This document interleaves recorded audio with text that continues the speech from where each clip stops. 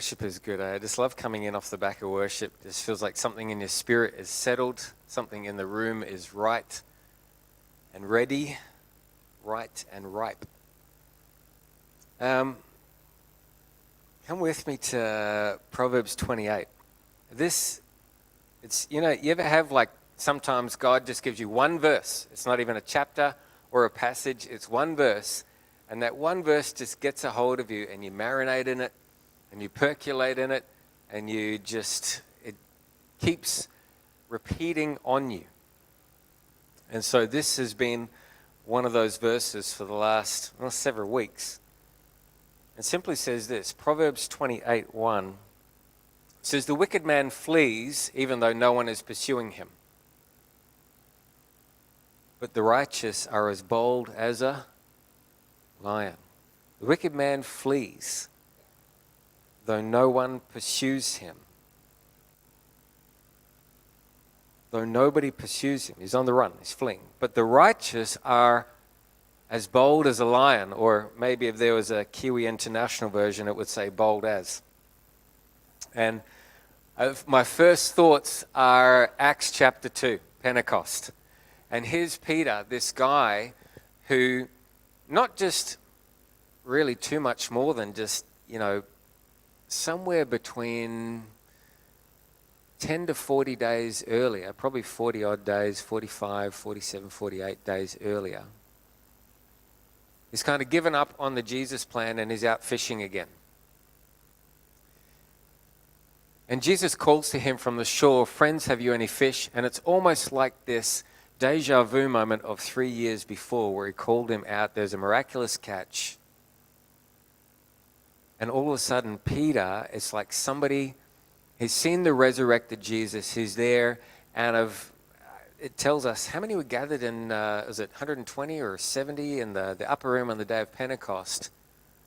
Out of all those people, he's the one that gives the full gospel for the very first time in history. And there's wind blowing, there's fire falling, there's tongues going left and right. And he's just filled with this absolute boldness. And I love the book of Acts because it's one story after another, after another, after another. Sure, there's opposition in between, but it's just boldness comes over these guys who were the doubters or the ones who were low of faith or lacking in faith. And here they are, all of them now, they're just on fire. And they're preaching boldly, they're seeing signs, wonders, miracles. I mean, how stoked would you be to be walking along and just the shadows doing the job? That'd be cool. That'd be really cool. If somebody's sick, here's a handkerchief, take that. And I mean, if that's not enough, if a handkerchief, you can't be there in person. Sometimes the Lord does Philip and the Ethiopian, well, here's a bit of water, why don't we get baptized? And straight away he comes up out of the water and poof, Philip's off to some other place. He arrives in Azotus or something, I think it was, and he continues preaching. And so there's this boldness that we see in the book of Acts. And the more and more that I read stuff like this, I read the Gospels, and I see what Jesus is doing, the boldness, just the vivaciousness of Paul throughout the New Testament. I'm like, you really cannot have Jesus living on the inside of you and be ordinary.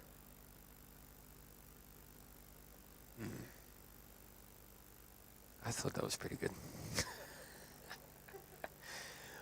Miracles left and right, dead are raised, shadows, handkerchiefs, Holy Spirit transport.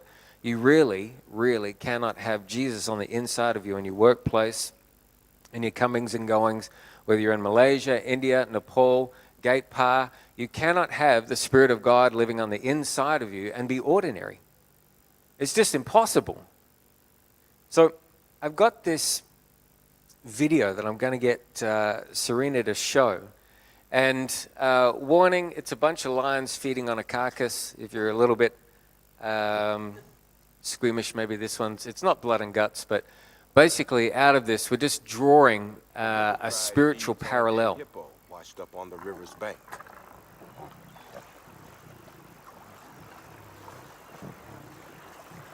So this represents the enemy.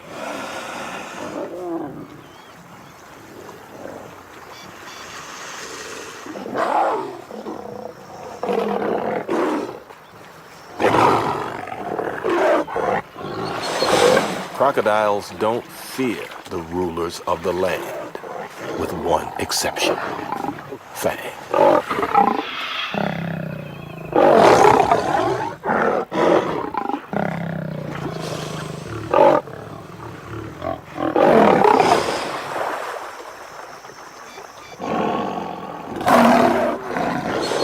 Now they're getting in on it.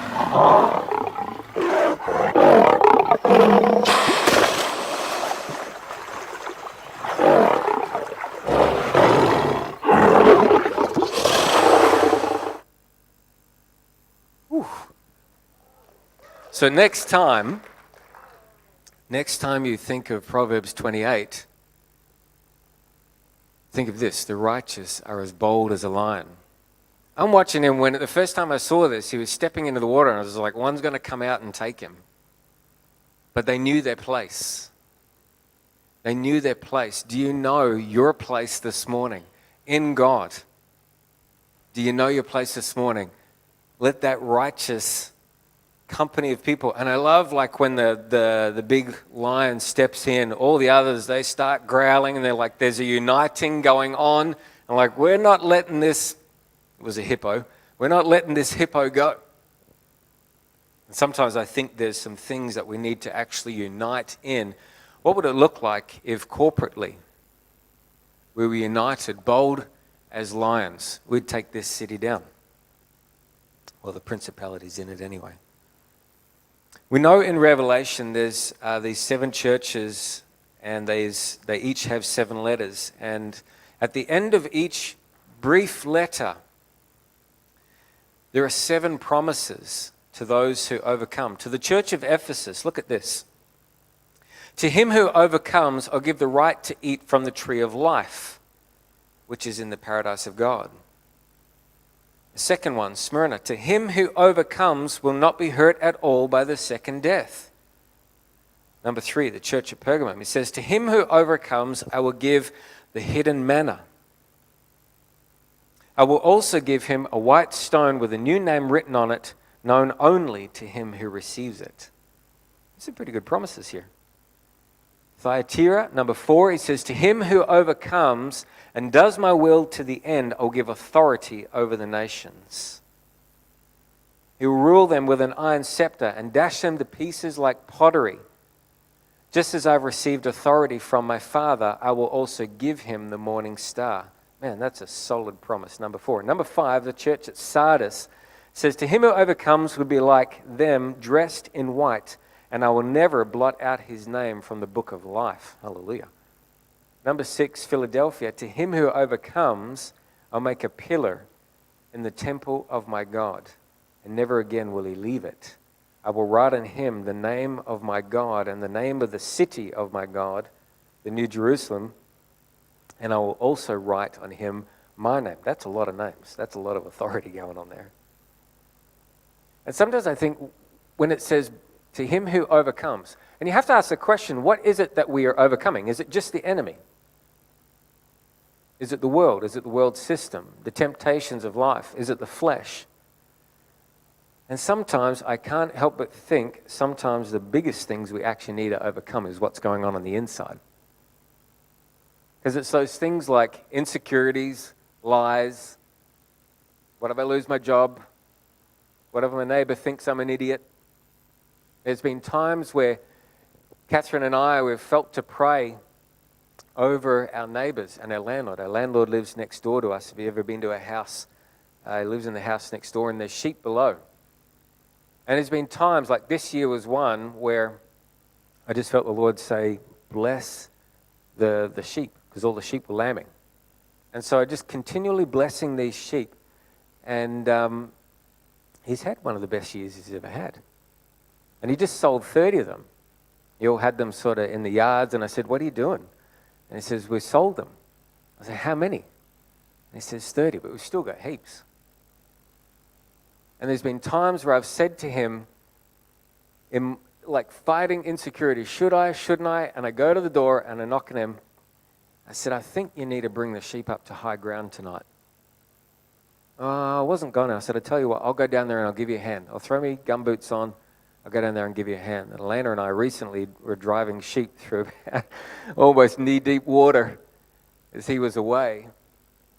And later on, I'm waiting because I know he's going to say something. And he comes to me about 3 days later and he says, yeah, that was a really good decision.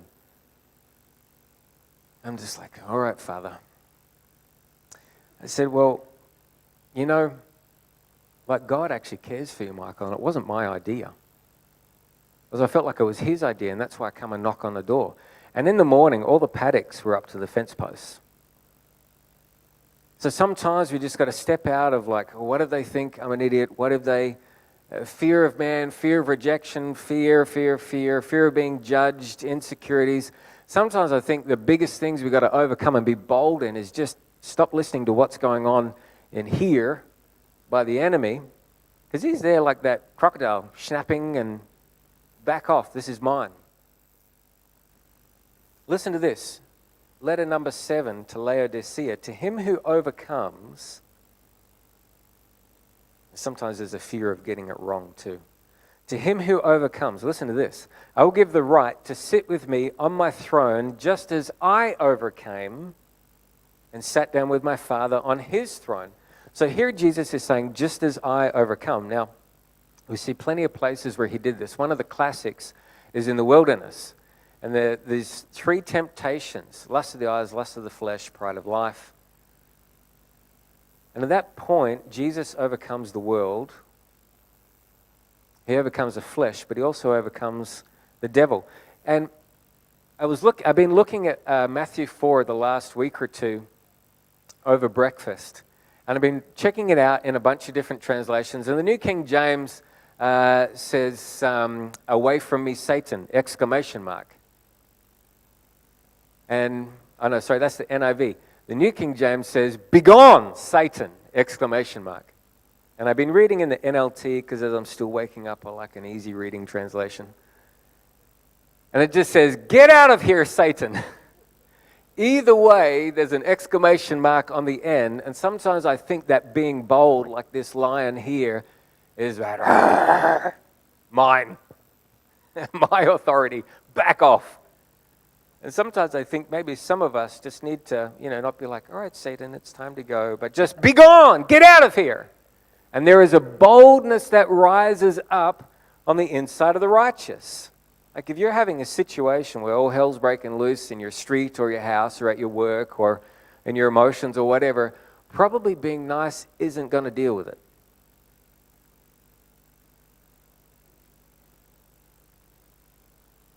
Probably being nice, I can just imagine the crocodile.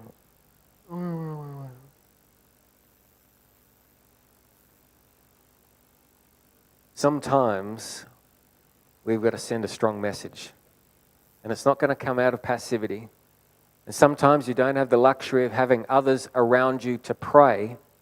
I remember recently I was praying so hard at home. I had the house to myself. And I just felt a moment come over me and I just began to pray so fiercely. The dog hid under the table. And he wouldn't come near me for about half an hour. You see, like Jesus going through the wilderness, there's all these things in the Bible that we see. We're going to have to go through them too. That's why they're there. It's not just a storybook. So for example, Abraham believing for Isaac. Finally, Isaac comes along. We will all have a moment where we need to be prepared in boldness, in faith, to lay down the Isaac. All of us. Nobody's exempt. All of us will need to say to the powers at the time, I refuse to bow down. I would rather go to the furnace than bow down. And we'll spend some time in the furnace. But there's a 4th person there. But even if there isn't, we will refuse to bow. There are times we'll be like Psalm 23, where the Lord will be like, I know that's the enemy. Let's just have a feed right here. And he'll prepare a table for you in the presence of your enemies. Now that to us is kind of foreign because we think, well, we should get rid of the enemy. But there are times where the Lord's like, don't pay any attention to that. Just look into my eyes. Let's have a meal together right here. I know they're there. There are times where we'll go through a Gethsemane and there'll be a crushing and oppressing. Maybe like Jesus, we'll go through the wilderness, but I think this morning the Lord wants to illustrate the getting out of the boat. There are times with the Lord, I believe many, and if you hadn't had many, I pray for many, where you will feel that nudge to get out of the boat. I want to tell a few funny stories. And some of them was heart in mouth, and some of them was just bold as. I can remember being on an outreach in Fiji. So Catherine and I, our family, we thank you. The church stands, supports us month by month, and we appreciate that. And on one of the trips where we were away, we were in Fiji, and I was walking alongside the road, and this vehicle pulled up and asked, I'd just come from the ATM, and a guy winds down the window and he says, "Hey, can you break a 20?" I said, "Yeah, I can break a 20. I handed him a 20, and he drove from about me to Ian, and he stopped and he said, hey, you only gave me a 2. And I said, "Well, I probably did. I'm not familiar with the currency." And so he hands me a 2, and I hand him another 20. And I didn't think anything of it, but my spirit was deeply disturbed. And I was like, did I just get ripped off? Did I just get done over? And I just didn't understand it. But inside, I was super agitated. I was like, this is just the enemy. Lord, I bless that guy. If he needed the money, bless him even if he didn't. Lord, I forgive him anyway. I want to move on. I'm here to do business for you. Something in my spirit was rising up and was refusing to let it go. A few days later, I'm watching my friend, one of the team leaders. He walks up, and I see the same car I'm about from here to the end of the steps away. And I can see the car pull up, and he's talking, and I'm yelling. His name was Lane. And I'm like, "Lane, don't do it, don't do it." And I can see the same thing's about to happen. And the car drives off, it stops, more exchange of money, and I'm like, "Lane, don't do it." And I run up to him as the car drives off, and I said, "What did you give him?" I said, "A 50. I said, "Count your money." He ended up giving him, "Hey, you didn't give me a 50, you gave me a 5, and so he ended up giving him 100. Anyway, we're walking back to where we're staying, and one of the leaders at Marine Reach in Fiji pulls up in this big truck, and he says, "Hey, you going back to the ship?" And I said, "We are." He said, "Jump in." So we're walking, and we're telling him what's happening. His name is Rakesh, and Rakesh says, "I know this guy. I know where he lives." And all of a sudden, the lion came out, and I said, "Well, let's go. We go get our money back." And as we're driving along, I see all our students walking along the side of the road. I said, "Stop, stop, stop." I said, "Hey, you boys, get in the back of the truck." And so we've got now this big clan of people driving towards this guy's place. And Rakesh is like, maybe this isn't a good idea. Maybe this isn't safe. And I'm feeling this zeal stirring up. And he says, "I think we should call the police." And I said, "Rakesh, today we are the police." And I asked one of the students in the back, "Have you got a camera?" And I said, "As soon as we get there, you start taking pictures." So we arrive at this guy's place. And this boldness is right there. And he comes out and he's saying, "Get out of here, get out of here." And I said, "You took 20 from me and you took 50 from him. You got 60 seconds to hand it over." And the guy's yelling and he's carrying on. And I just said 45. And by now his kids and his family are starting to come out. And I said, "You've got 30 seconds to go and get that money." And I said, "I don't care whether the police come and see their dad taken away. You've got 15 seconds. Anyway, he runs inside. He's got this big metal gate. And he grabs the money and he throws it through the gate. And it was just sometimes we're just in these moments where boldness comes over us. And when I look back at it now, I'm just like, really wasn't worth that much a big deal. But I think I was learning to respond in the spirit. Sometimes it's right to draw the line. Sometimes it's good to forgive, to let go. And honestly, that's probably what I'd normally do. But there are occasions where boldness just kicks in.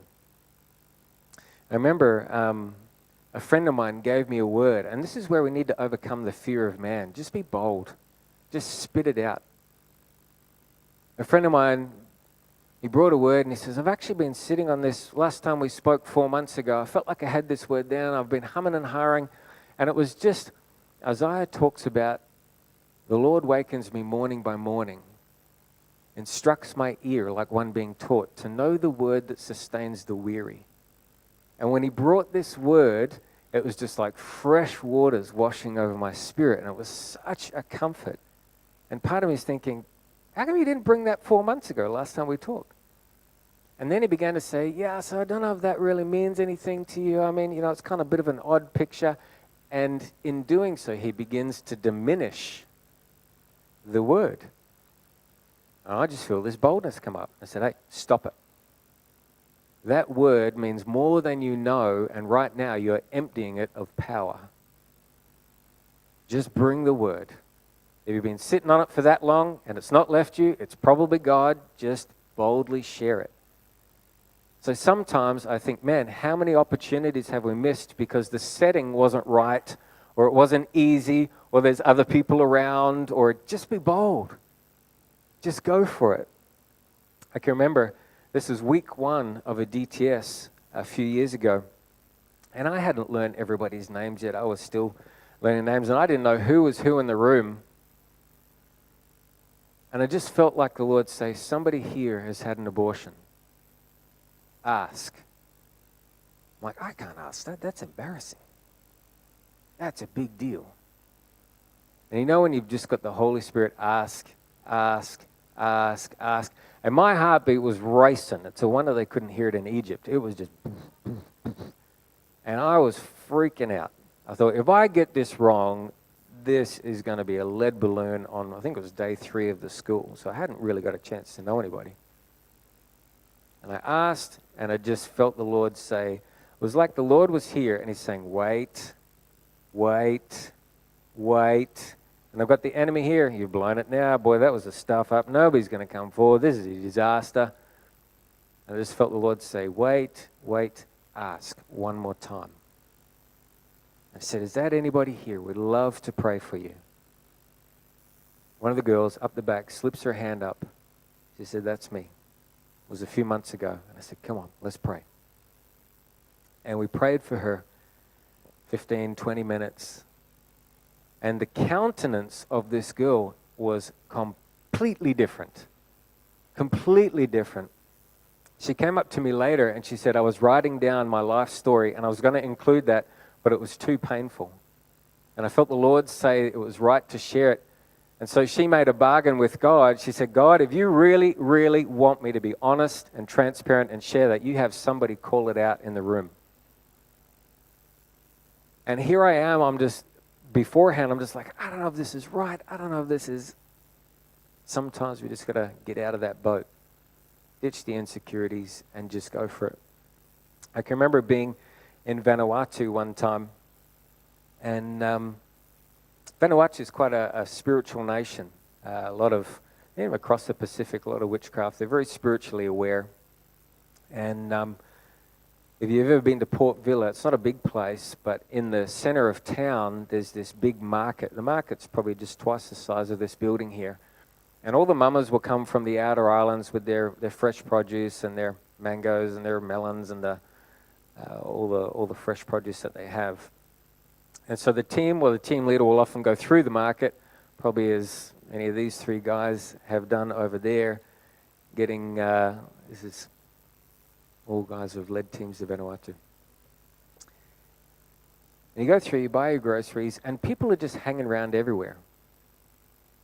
And I can remember years ago where I missed an opportunity to just step out in boldness. Anybody had those before? Probably many times. Missed an opportunity, and I just regretted it, and I hated it. And I was just standing sort of in the middle of this sort of crowded area, and I just felt the Lord say, ask if anybody needs healing. Is that me? I don't want to get this wrong. And I'm in this place of like, I don't know, is that just me? The team's going to be back any minute, and I don't know. And it just wouldn't leave me alone. So this little faith started to rise, and this little boldness, like, what if God's going to do something? Like right here in front of the market. And so I'd never done this before in my life. Normally it's like I don't mind the one-on-one in the group. That's a whole nother level. So I just said, excuse me, everybody. And I'm looking at everybody. I'm like, we're out of the boat now. There's no turning back. That's as safe as, it's scary. I said, excuse me, everybody. My name's Cheyne. I'm here with a team. And we're just praying for healing. Does anybody need healing in their body? And like all of these people started to stand up and walk towards me. At that moment, the team come back and they're like, what's going on? I said, we're praying. Go for it. Just whoever it is, just pray for them. And it was backs, it was necks, it was shoulders, it was knees, it was feet, it was hands. All of a sudden, healings it was just crazy. And to this day, that's one of my favorite stories on outreach, because something shifted for me that day. It's like, just what if? Because it's always the what if it's not right, what if nobody responds, what if nothing happens? I just thought, man, what if something does happen? What if somebody does respond?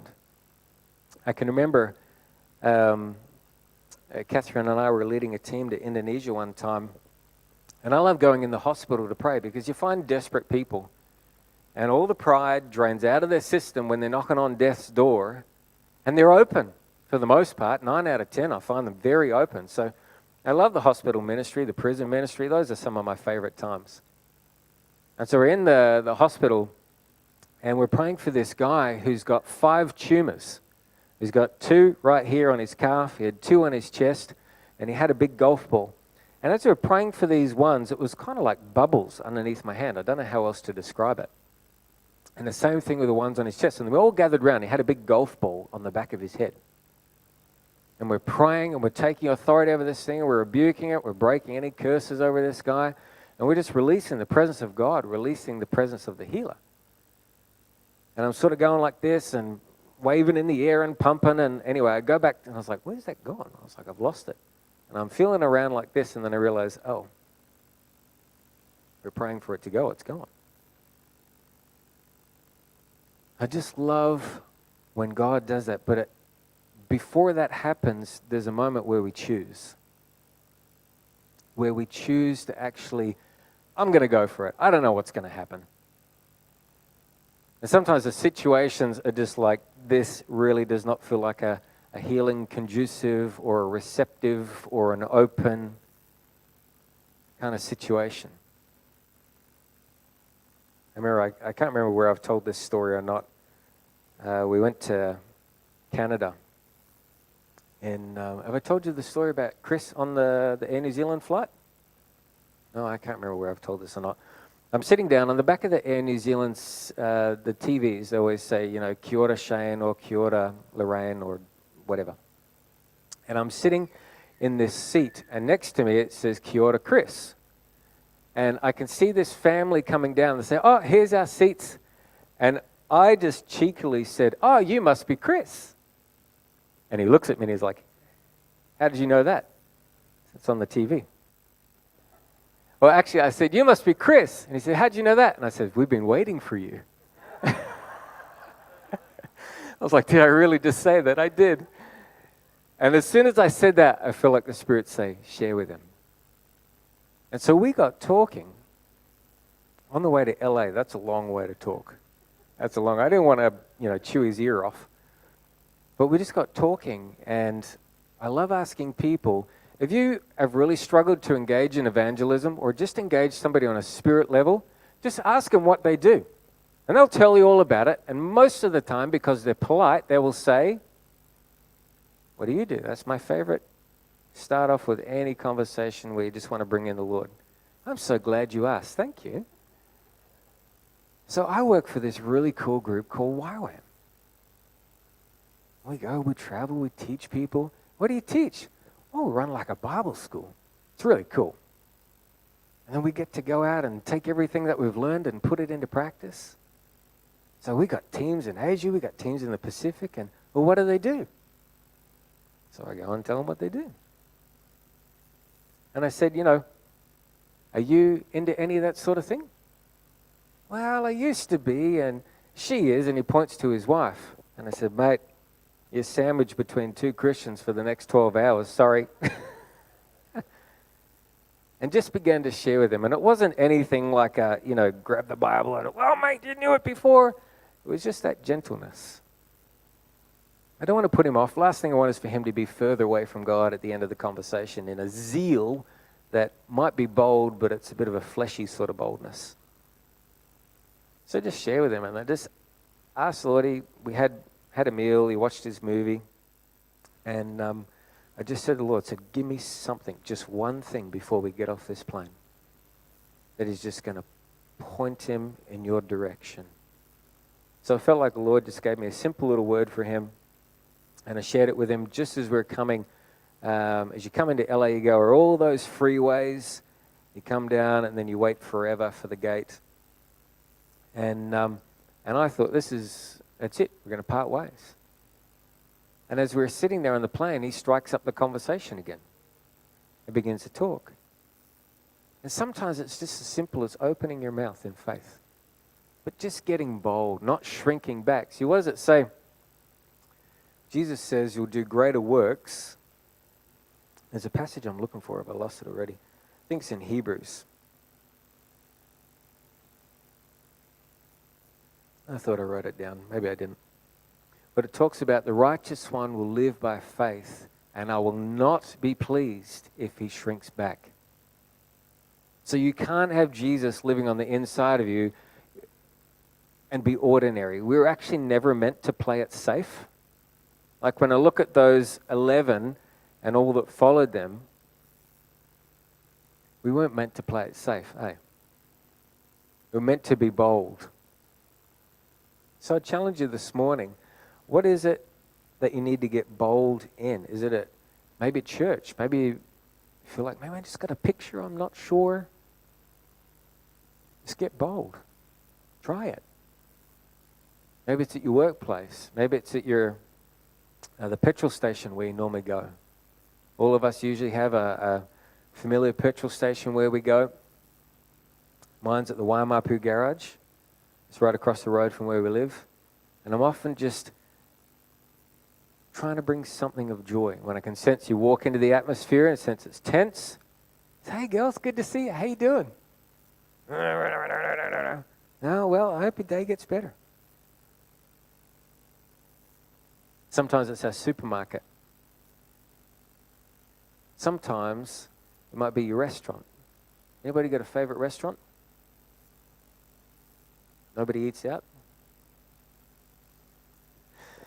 Every now and then, Catherine and I, we have a favorite cafe. We only go there once or twice a year. But the lady who runs it knows us only because we order a unique sort of cup of tea that she knows how to make. And so she won't recognize us by our faces, but as soon as you recognize, can we have a London fog? Oh, it's you again. So you're the London fog guys. Yeah, that's us.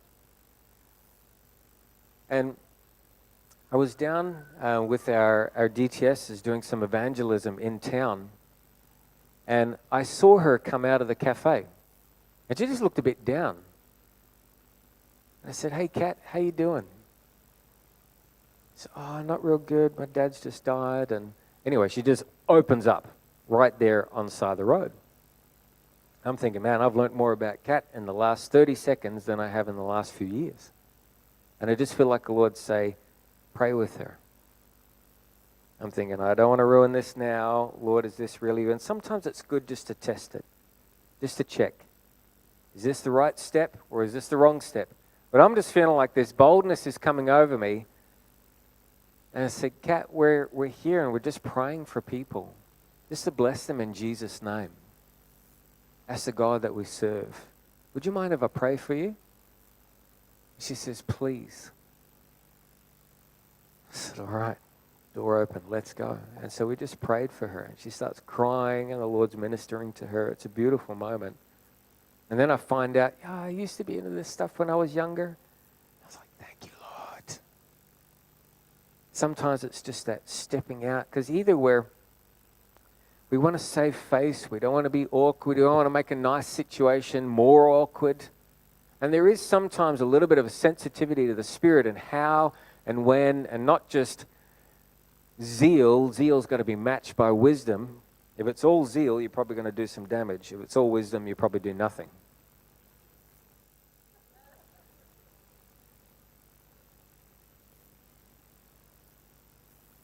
She was so grateful.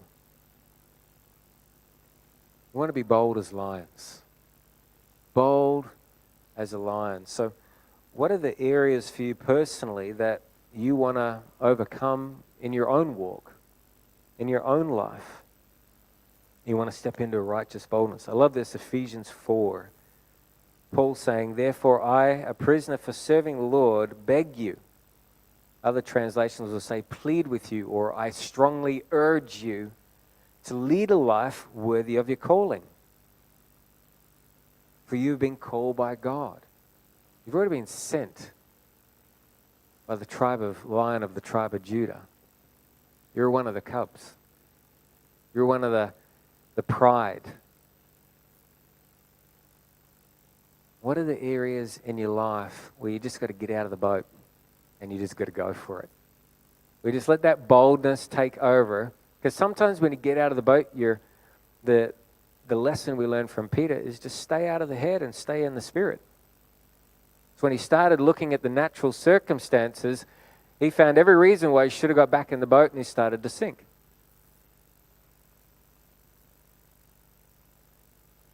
One of my favorites more recently is in Isaiah 11. It says, he will not judge, speaking of Jesus, he will not judge by what his eyes see or by what his ears hear.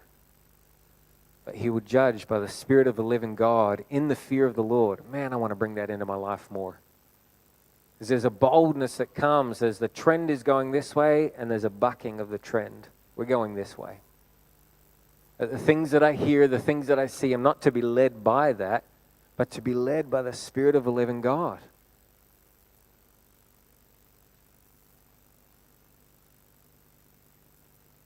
There's Matthew 5. Sometimes we think, just be nice, and just love them into the kingdom, or just be Christian-like, be kind. Don't be mean, be nice, say nice things. And it's actually not enough. The Lord says, you be my witnesses. Signs and wonders will follow those who believe. Signs and wonders will follow those who believe. So sometimes we've heard this and it's, we just love people into the kingdom and it almost becomes an excuse, hey? Like, let's be honest. So I lived there for a number of years. Just be nice. Just be nice. Just be nice. And I found the degree of boldness was about that big because I was just busy being nice. But it's actually really nice to open your mouth and say something that's coming from the heart of God. It's actually really nice to walk up to somebody who sees struggling. Hey, my name's Cheyne. Well, use your name, interject that there, but can I pray for you? I find now, through COVID, man, I found people more open than ever. Everything they've been standing on, holding fast to, it was evaporating in their hands, and they were looking for answers and hope and something, answers, anything. And man, that was some of the best times of evangelism. Even post-COVID, people are still shaken. We haven't settled as a nation yet, not by any means. People are still a bit wobbly. So what does it say? Strengthen the feeble arms and the weak knees. Bolster them up in God. So sometimes we can be in this place where we think, I've just got to be nice. That's a good start. But get out of the boat. I just feel like the Lord is saying some of you need to do something you either haven't done before or haven't done in a while. You cannot have Jesus on the inside of you, the Holy Spirit who raises dead people and brings them back to life. You can't have him living on the inside of you and lead an ordinary life. It's not possible. So that whole thing of just be nice. What about Matthew 5 where it says, let your light shine before men that they would see the good deeds and praise your Father in heaven. So it's not about being nice. Nice is where you start.